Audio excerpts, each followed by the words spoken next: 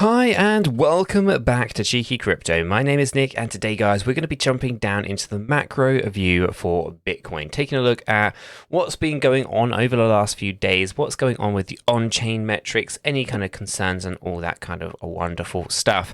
Now, as I get into the video, if you have found this useful, informative, maybe even entertaining at times, then why not go ahead and smash that like button? I really do appreciate that. If you're new to the channel, then why not consider subscribing? You can, of course, always unsubscribe later. And if you haven't joined us in Discord, you're missing a trick. Check it out. Linked in the description down below. It's a fantastic community talking crypto 24/7. It's completely free, and I don't think you'll be disappointed by what you find down there. Right. Let's get right down into this one, right? We're going to start things off, I think, by taking a look at the on-chain metrics and then coming down into the charts, taking a look at various different macro levels and giving our thoughts and opinions on what is going on. So what we'll do is we'll start with this. The big takeaway at the moment over the last couple of days since I last did an update on this is a significant surge in the amount of inflows that we've had for BTC this year. So this data at the top here, we have inflows, outflows, and then a difference between those two numbers. Okay, so this data is from the 1st of January 2023 through to the 26th of April 2023. Okay, this year to date. So we had 3.3444 million Bitcoin flowing onto the exchanges and 3.2838 million coming off the exchanges. So we can acknowledge that there's been slightly more people willing to kind of put onto the exchange than take away from the exchanges. And now this is not a be all and end all from an analytical point of view to say that categorically this is bearish, because sometimes people just move crypto around, right? But for the most part, if you're moving crypto to an exchange, your intention is usually to sell. So we like to think of Bitcoin inflows as a supply line, a supply of Bitcoin being made available to be purchased. And then the outflows typically are people who have bought cryptocurrency on exchanges, withdrawing it to their cold storage wallets or their warm wallets, keeping it away from the exchanges. Not perfect, because some people just leave their crypto on the exchanges. Not something that I would recommend doing, but I'm not a financial advisor, so, take that with a pinch of salt. I can only give you my thoughts and opinions. I wouldn't be leaving my crypto on the exchanges because there's two risks that you're holding there, sometimes even more. Sometimes you're holding a lot more risk, but for the most part, you're holding the risk of cryptocurrency, which is a volatile asset, and then you're holding that volatile, risky asset on a third-party centralized platform is a recipe for disaster. So if you're going to want to minimize your risks, you're going to want to look at what risks you hold and how you can mitigate against them. Again, we talk more about these things down in a Discord server. So what we do see here is essentially slightly more Bitcoin on the exchanges this year than has come off. So we look at that as slightly bearish, because ultimately Bitcoin in a bullish market, and in fact the very definition of a bullish market would be when the demand or the outflows, in this case, would outpace that of the supply, the inflows in this case. Again, this is not a perfect analogy because there's many different reasons why inflows and outflows exist, but we try to break it down into simple-ish terms if we can. Now, just to kind of balance that, it's important that we also reflect on what happened with inflows and outflows in the previous bullish market, right? So we saw a very significant and yet similar kind of scenario occurring here, where there were slightly more inflows than there were outflows for the 2019 same time period, 1st of January 2019 to the 26th of April 2019. Very, very similar, although it is narrower, okay, as in there were slightly more outflows than there are currently, okay? But the main takeaway is the volume change, that there is significantly more volume in the 2019 rally, both on and off exchanges flowing in and out, than there is right at the moment. As you can kind of see, we're hovering on 3.3, okay, on the inflow side, in 2019 was 5.7 million. So we know that there's a significant reduction, and it's edging closer and closer to 50% more volume in 2019 than we have currently. One of these things that we need to kind of acknowledge is that for a bullish market to come, we need to see significant demand. And if we are not seeing anywhere near the same level of transactional volume flowing to and from the exchanges, then I do suspect that maybe there's just not as much demand as people think there is, and that could be majorly a major concern further down the line. Okay, but again, it's not perfect because we're only looking at inflows and outflows in these scenarios. That's why it's important that we also reflect on other data points to help us understand. And that's where wallet counts also start to layer into this a little bit. So as with everything crypto and pretty much most things in life, there's a buyer and there's a seller. Very rarely, unless of course there's synthetic assets flowing around, do you find yourself with a buyer without a seller. Okay, usually and most commonly and typically, in fact, I'm just going to say there should always be a buyer and a seller. You're going to find yourself with trying to balance out what is going on with Bitcoin or with any other asset. And so what we see here essentially are a load of wallet counts increasing. Okay, this is an indication that more external wallets from exchanges are on the increase at a specific level. Okay, so in this particular graph, we have Bitcoin Dust. This is basically a wallet that has over 0.01 BTC. Okay, and you can see that this has been moving on up, right? So there's a lot more wallets now than there was, let's say, over here in February, right? There's a lot more wallets, so a lot more wallet addresses which have over 0.01 Bitcoin in them. And so there's buying and there's accumulating occurring, okay? Now, I'm not to say that that's categorically definitely purchases that are happening here, but there's an increase in those wallets, which is an increase in probably withdrawals from exchanges as people are withdrawing into those newly created wallets, for example. Or they had a wallet and they're just now loading it up with 0.01 Bitcoin or more. Now, this number is not as impressive as you might like it to be. There are some rumors and stuff that have been circulating around that are just not factual as far as I can see.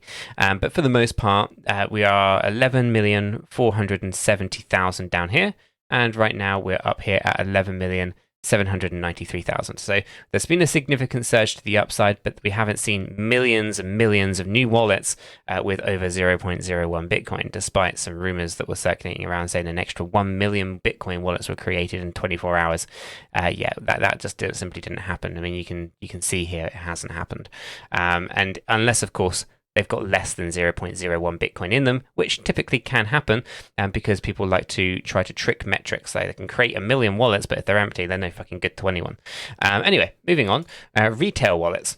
So this is kind of a group of different demographics, but all react in the same way. I kind of say they're retailers because they act emotionally rather than acting logically. Okay, so there's 3 different size wallets here. We have Krill, which is over 0.1 Bitcoin per wallet. We have Shrimps, which are over 1 Bitcoin per wallet. And we have Dolphins, over 10 Bitcoin per wallet. And you can see that they all kind of go up, right? And they're all kind of FOMOing in. They believe that the bull market has started. And yeah, we see a significant kind of surge to the upside with these wallet counts. And this is over 90 days. And even on the macro views, when you zoom out, you can see it as well.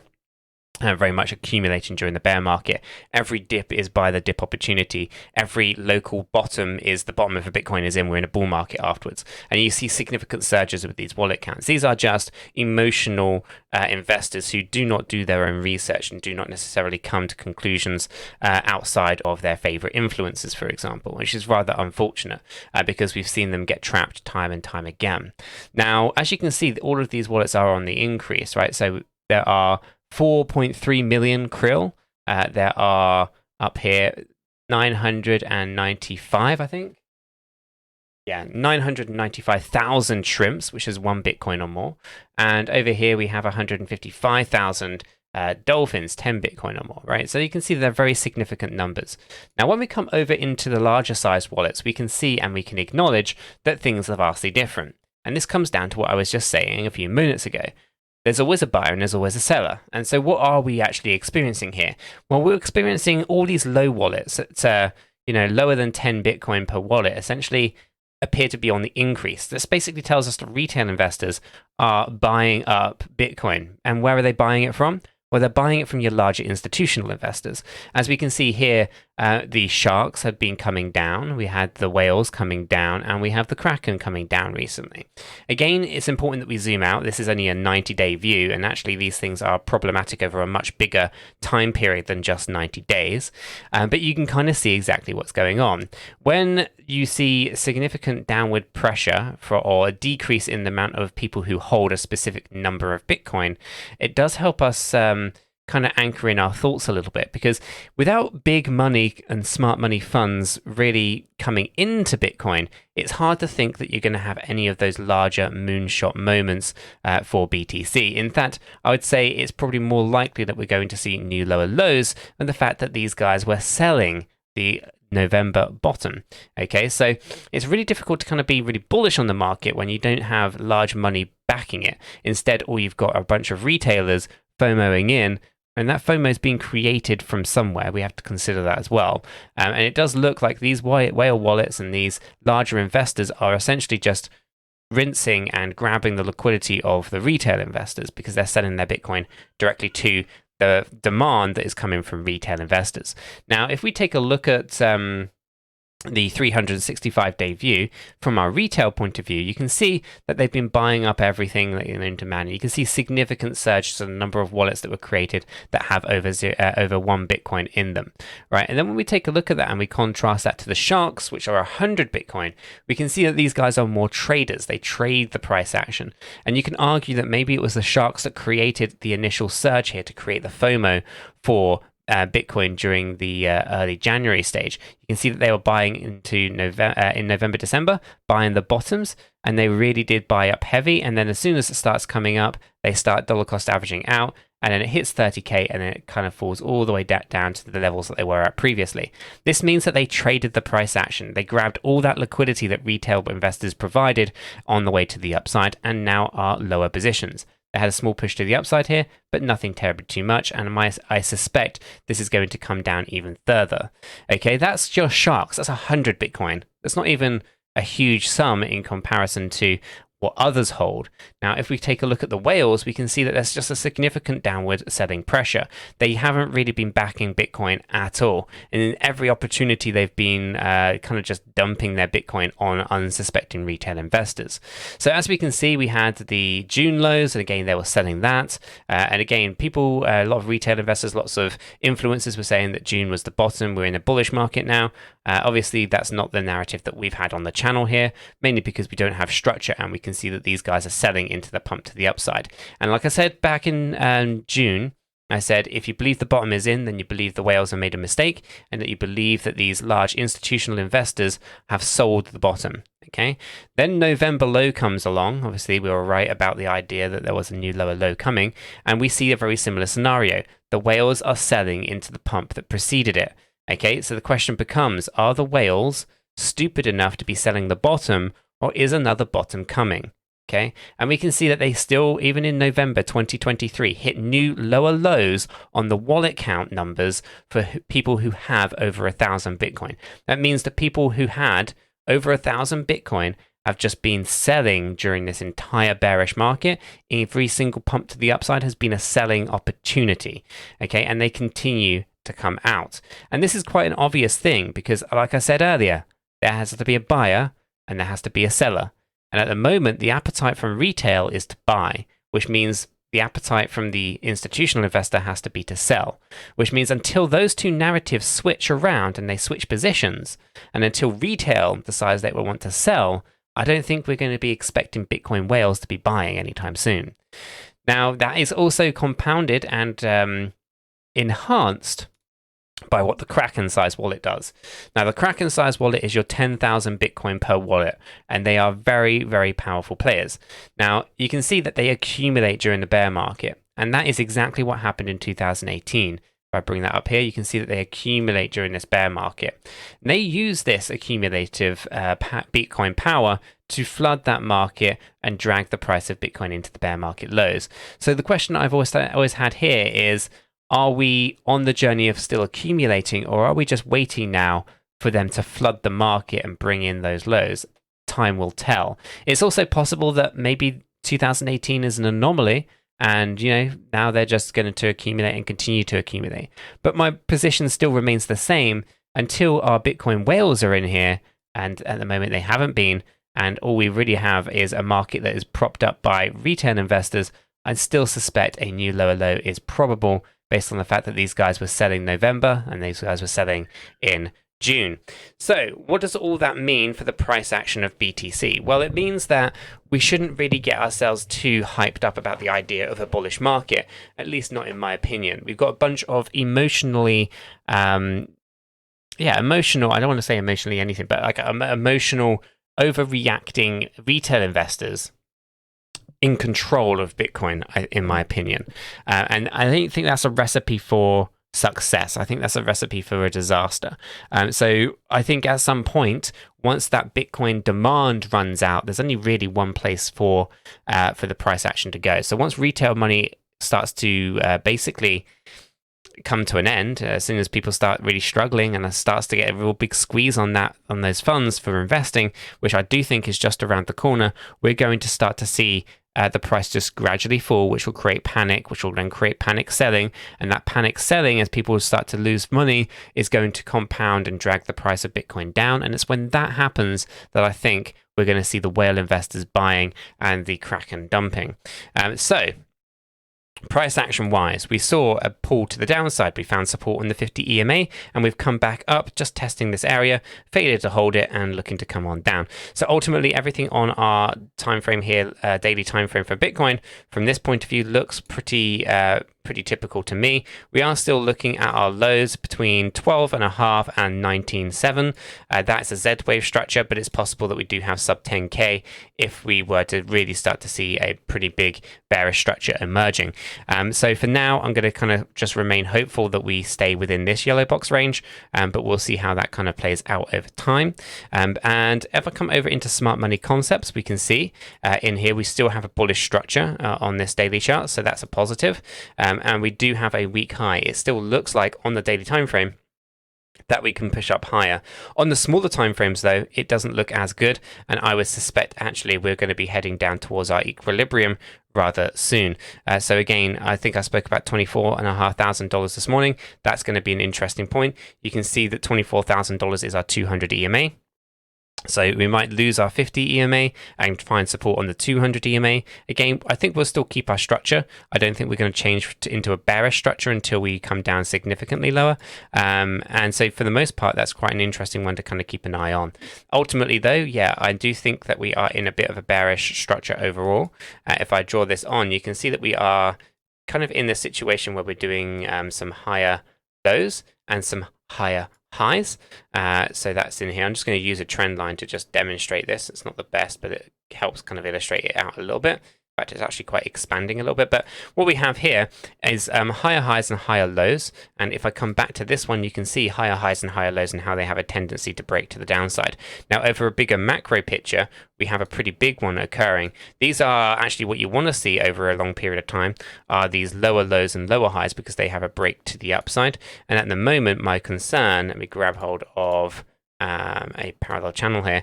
My concern is that we are in some kind of rather large higher high, higher low situation, and that's going to have a big tendency or a big potential break to the downside. In a very similar way that what we saw up here with these higher highs and these higher lows, we do have those tendencies to have those breaks to the downside. So we want to be a little bit cautious here.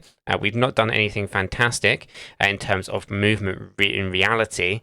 A lot of people are maybe getting a little bit ahead of themselves. I think it's around here. So we've done 100%, okay, and during that 100%, which is very similar time period to what we had over here, I think. It's 180, might not be as much as that.